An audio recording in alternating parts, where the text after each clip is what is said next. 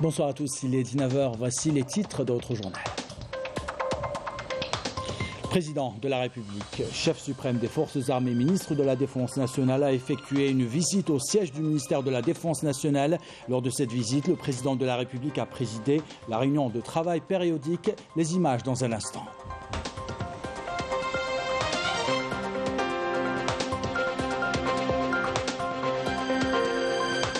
Le Conseil de la Nation a adopté aujourd'hui à l'unanimité le texte de loi de finances pour 2023, un texte qui propose une série de mesures en matière notamment d'appui à l'investissement.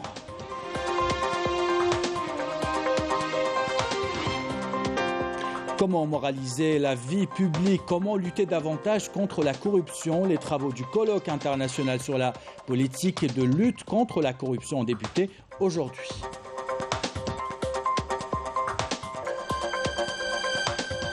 Et puis cette autre réunion, des travaux de la réunion des chefs de la protection civile de l'Union africaine qui souhaitent créer un espace ou une capacité civile continentale afin de mieux préparer la réponse aux catastrophes. Les détails à la fin de ce journal. Voilà pour les titres. Bienvenue à tous. D'abord, le président de la République, Abdelmajid Tebboune, chef suprême des forces armées, ministre de la Défense nationale, a effectué aujourd'hui une visite au siège du ministère de la Défense nationale. À son arrivée, il a été accueilli par le général d'armée Saïd Chengriha, chef d'état-major de l'armée nationale populaire.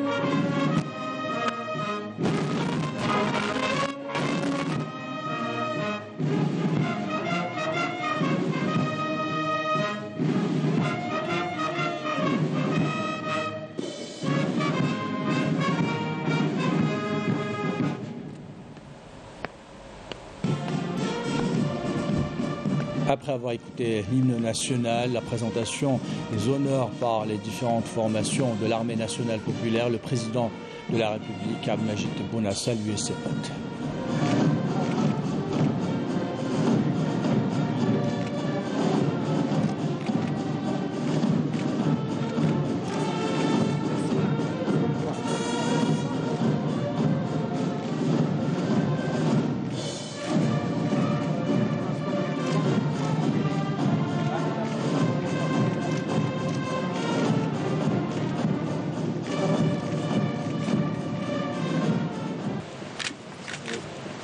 أهلا وسهلا سيدي الرئيس في وزارتكم موقعة.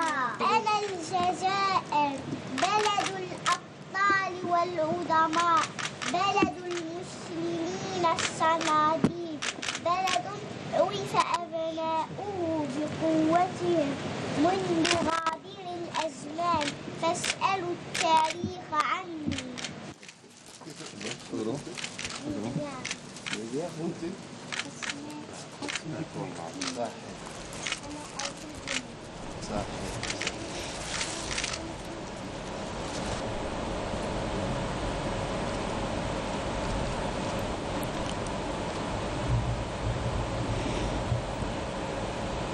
Et lors de cette visite, le président de la République a présidé la réunion de travail périodique à laquelle ont pris part le général d'armée, chef d'état-major de l'armée nationale populaire, le secrétaire général du ministère de la Défense nationale, les officiers généraux du ministère de la Défense nationale et de l'état-major de l'armée nationale populaire, et par visioconférence, les commandants des forces de la garde républicaine, de la gendarmerie nationale, des régions militaires et des grandes unités de l'armée nationale populaire.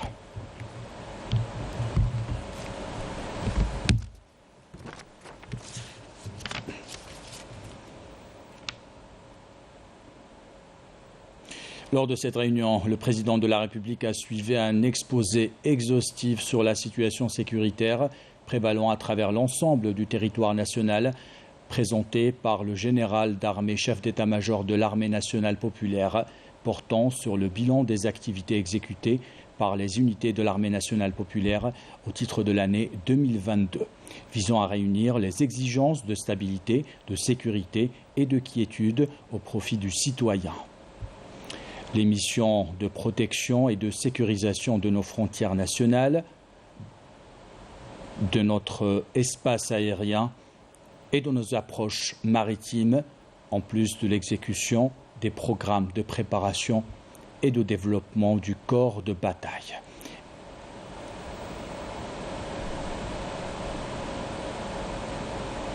Et l'optimisation des mécanismes de maintien de la stabilité opérationnelle des unités de combat. Et à cette occasion, le président de la République a donné un ensemble d'orientations et d'instructions au personnel de l'armée nationale populaire, en les exhortant à poursuivre le processus de développement et de modernisation de toutes les composantes, et ce, dans l'objectif de relever les défis auxquels nous faisons face et de promouvoir nos forces armées à la hauteur des nobles missions assignées. Après la signature du livre d'or, le président de la République, chef suprême des forces armées, ministre de la Défense nationale,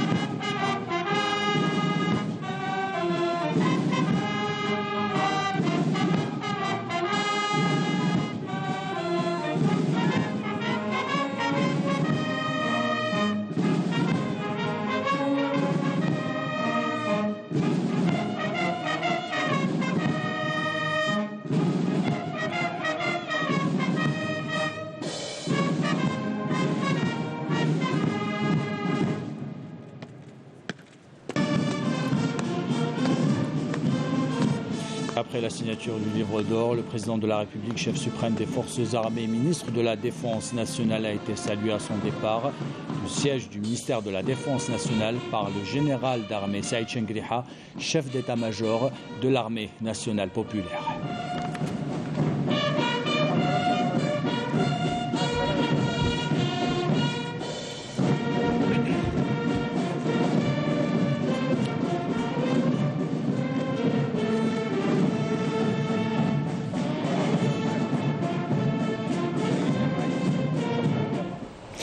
Le Conseil de la Nation a adopté aujourd'hui à l'unanimité le texte de loi de finances pour l'année 2023 lors d'une séance plénière présidée par Salah Goudjil en présence du ministre des Finances Brahim Djamel Kessali et de plusieurs ministres. L'occasion pour le président du Conseil de la Nation de rappeler les différentes réalisations accomplies par notre pays. Je vous propose d'écouter sa déclaration. La liberté des décisions politiques en Algérie est une politique que le pays a toujours adoptée, et ce, dans les situations les plus critiques que le pays a traversées. L'Algérie a toujours préservé la liberté de ses décisions, car c'est le plus important.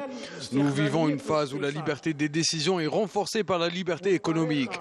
Il s'agit là du fruit de la stratégie du président de la République visant à booster le développement, notamment à travers la révision de la loi sur la monnaie et le crédit. Une stratégie qui s'est répercutée positivement sur l'investissement en Algérie, mais également sur l'indépendance de la décision économique. L'Algérie est aujourd'hui en mesure de choisir ses orientations économiques sans que rien ne lui soit dicté de l'étranger.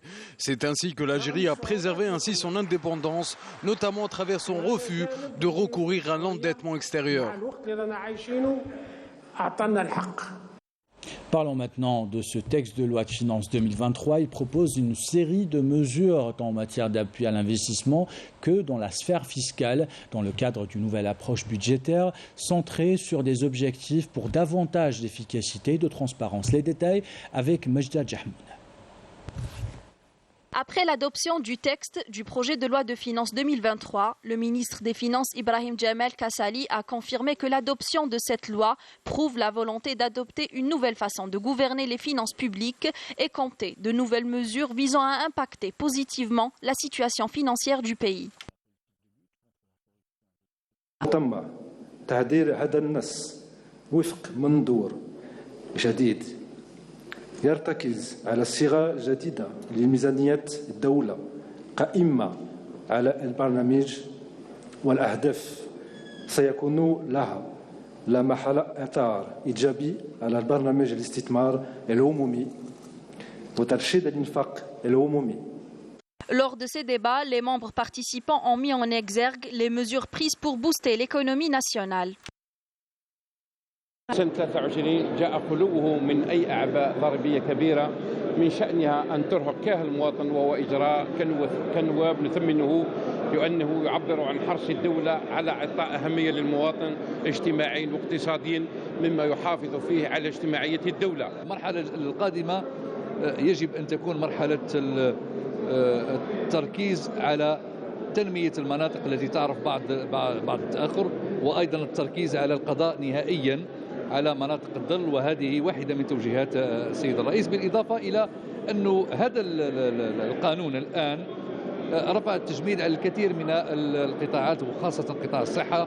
القانون تاع 2023 فيه مجهود كبير بالنسبة لمبادئ الدولة بالنسبة كبير في كل القطاعات وبالنسبه للقطاعات حتى الانشاء نتاع لي بيتيت موين اندستري هذا يخلينا احنا امل كثير بالنسبه لانشاء الاندستري او نيفو ديكونومي الجيريان. قانون يحمل في طياته ملفات كبيره تتمحور اساسا في انعاش الاقتصاد الوطني ودفعه الى الامام وهو قانون برامج لا قانون وسائل وقد اوصى النواب بان يكون تجسيده فعليا ان شاء الله.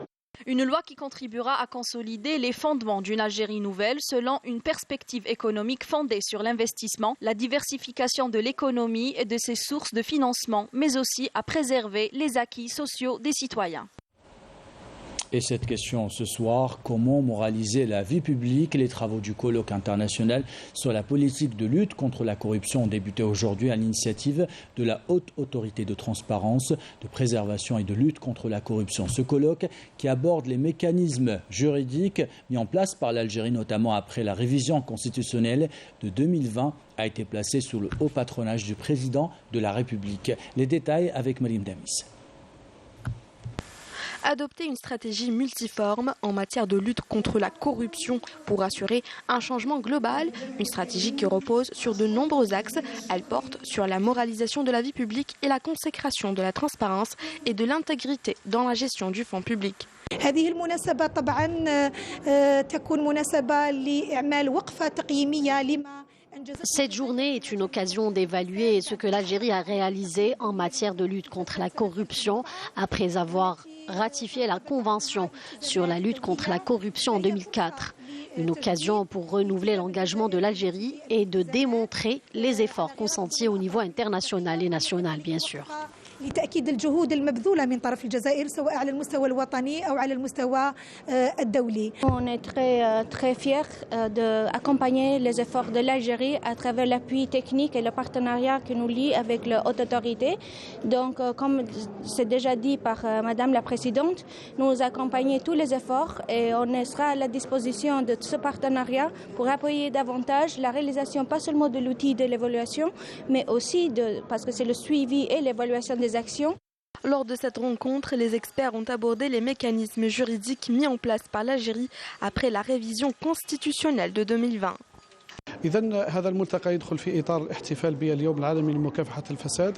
Cette rencontre s'inscrit dans le cadre de la célébration de la Journée internationale de lutte contre la corruption, 20 ans après la Convention des Nations Unies. Les intervenants ont abordé les questions suivantes: la moralisation de la vie publique, les principes de transparence et le cadre juridique de lutte contre la corruption. Cette institution indépendante est dotée de prérogatives élargies et de mécanismes d'intervention efficaces pour lui permettre de lutter contre ce fléau, afin de consolider les institutions d'un État de droit.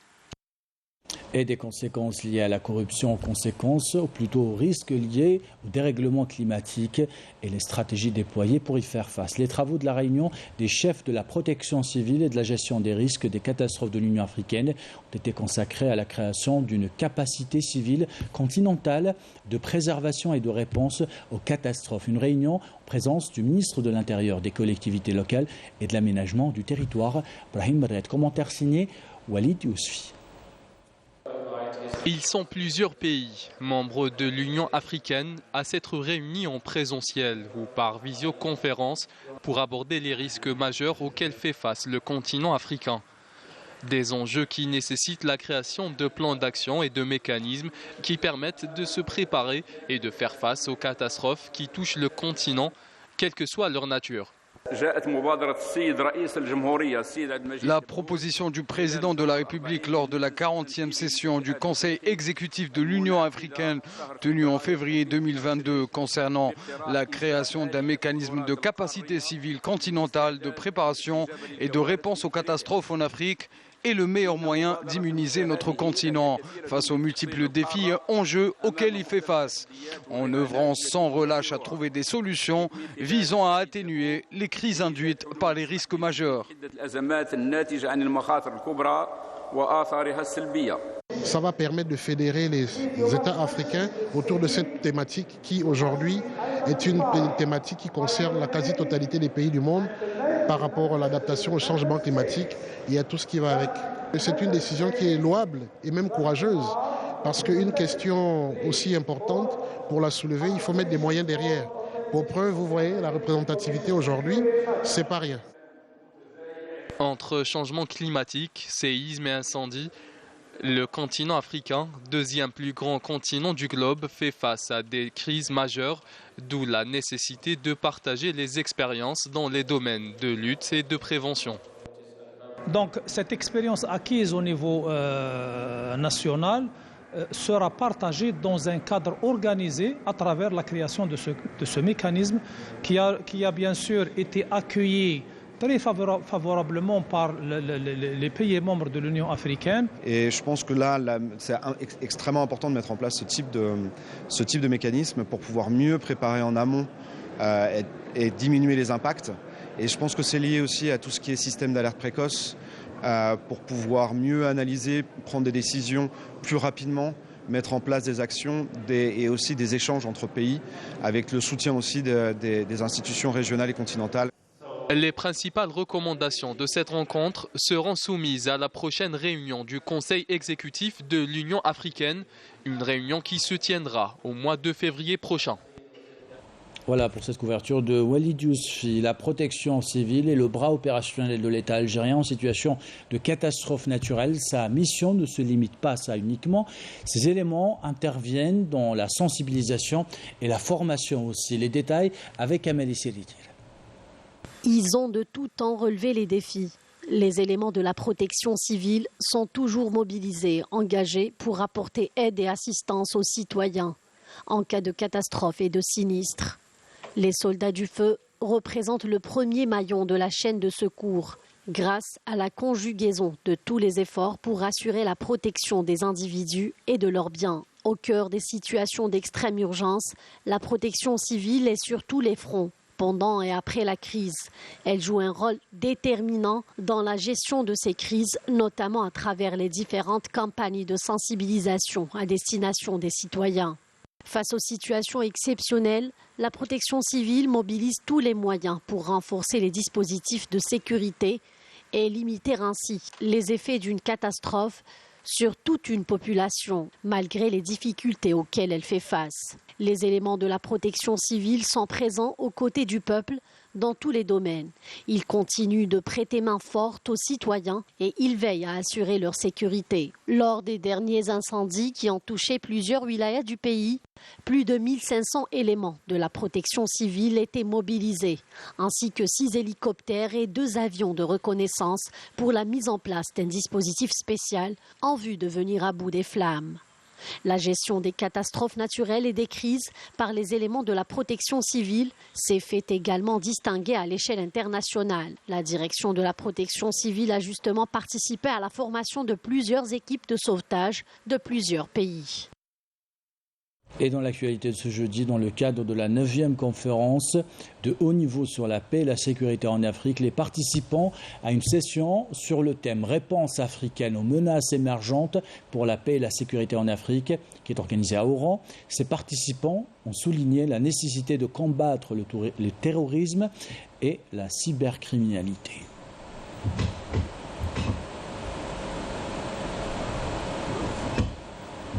Et en marge de cette réunion, le ministre des Affaires étrangères et de la communauté nationale à l'étranger, Ntala Mamra, a rencontré plusieurs de ses homologues des pays africains. Au menu des discussions, renforcer les relations bilatérales entre Alger et plusieurs capitales du continent. Les détails avec Raouf Hamouch. Intense activité diplomatique pour le chef de la diplomatie algérienne en marge des travaux de la 9e conférence de haut niveau sur la paix et la sécurité en Afrique à Britoran. Le ministre des Affaires étrangères et de la communauté nationale à l'étranger, Ramtan Lamamra, a eu des entretiens bilatéraux avec son homologue nigérien chargé de la coopération internationale, Issoumi Messaoudou. Le ministre d'État, ministre des Affaires étrangères du Tchad, Mohamed Salah Nadif, la ministre des Affaires étrangères de l'Éthiopie, Bertokan Ayani Dadi, ainsi qu'avec le ministre d'État, le ministre des Affaires étrangères et du Commerce international du Zimbabwe, David Muspayana. La Mamara s'est entretenu également avec le ministre des Affaires étrangères de la République du Djibouti, Mohamed Ali Hassan. Ces entretiens ont porté sur le développement de la situation à l'échelle continentale, mais aussi les voies et moyens de soutenir les efforts visant à développer la paix et la stabilité, notamment à travers la consolidation de la participation au parcours d'Oran afin de promouvoir l'approche africaine dans ce contexte. Les chefs des délégations ont exprimé leur satisfaction du niveau du dialogue sur cette approche constructive aspirant à l'unification de la voix de l'Afrique à l'échelle internationale. Lors de ces entretiens, les différentes formes de coopération entre l'Algérie et ses pays frères et les moyens de leur développement dans les différents domaines ont été passés en revue tout en mettant l'accent sur l'esprit de solidarité et de coopération qui a de tout temps été caractérisé par les relations entre l'Algérie et ses pays frères afin de relever les différents défis auxquels ils font face. En outre, il a été décidé de renouveler l'engagement de renforcer le parcours de complémentarité et d'intégration continentale en accélérant l'exécution de l'agenda de l'Union africaine 2063. Et on termine ce journal avec l'actualité internationale au Maroc. Le bras de fer se poursuit entre une population démunie et un gouvernement insensible aux revendications les plus élémentaires. Les habitants de Znata investissent les rues, dénoncent une politique d'exclusion et promettent de se battre jusqu'au bout, car hors de question pour ces manifestants de quitter leurs terres. Les détails avec Raouf Hamouch.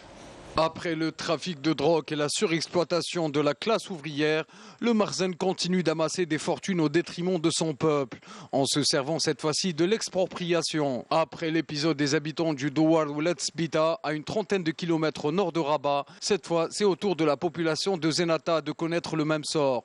En effet, il s'agit pour le Marzane de se constituer une assiette foncière à bas coût dans le but d'enrichir de hauts responsables et dirigeants du royaume, sans même que la population locale n'en soit informée. الساكنه الاصليه ديال مدينه زناتة، المدينه ديالنا بدات كتزيان، اليوم بغاو يخرجونا منا. الدوار الوحيد اللي خرج هو حربيلي والعين، بغينا نعرفوا علاش خرج دوار الحربيلي والعين. هنا كتبقى علامه استفهام، هنا حتى شي مسؤول ما نزل عندنا، حتى شي واحد ما جا عندنا. درنا جوج مسيرات، والمسيره الثالثه الاولى تمنعنا منها والثانيه تمنعنا منها والثالثه وقف لنا القائد ديال الملحقات الثانيه حتى هو منعنا. وحنا ولاد زناتة خصنا نبقاو في زناتة، عندنا 120 سنه خصنا نبقاو هنا. Chassés de chez eux et privés de leurs droits les plus élémentaires et les plus légitimes, les habitants de Zenata font face aujourd'hui à une mafia marzanienne intrépide. Une situation des plus fragiles et qui risque d'atteindre très vite un niveau de non-retour.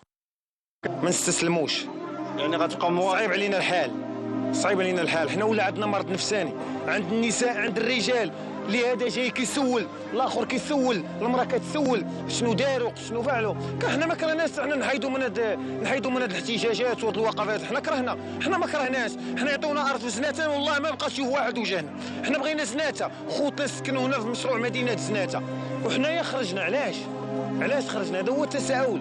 علاش يعطيونا نسكنوا هنايا والسلام عليكم بحالنا بحال الناس. Encore une fois, les scandales se multiplient contre le régime du Marzen. Cette fois, ils s'attaquent aux plus modestes, où des milliers de familles sont expropriées de leurs biens afin de permettre à une poignée de nantis de construire des résidences et hôtels de luxe. Et ainsi va l'actualité. C'est la fin de ce journal. L'équipe de la rédaction qui l'a préparé, l'équipe technique qui l'a réalisé. Je vous remercie de l'avoir suivi. Merci pour votre fidélité. Belle soirée.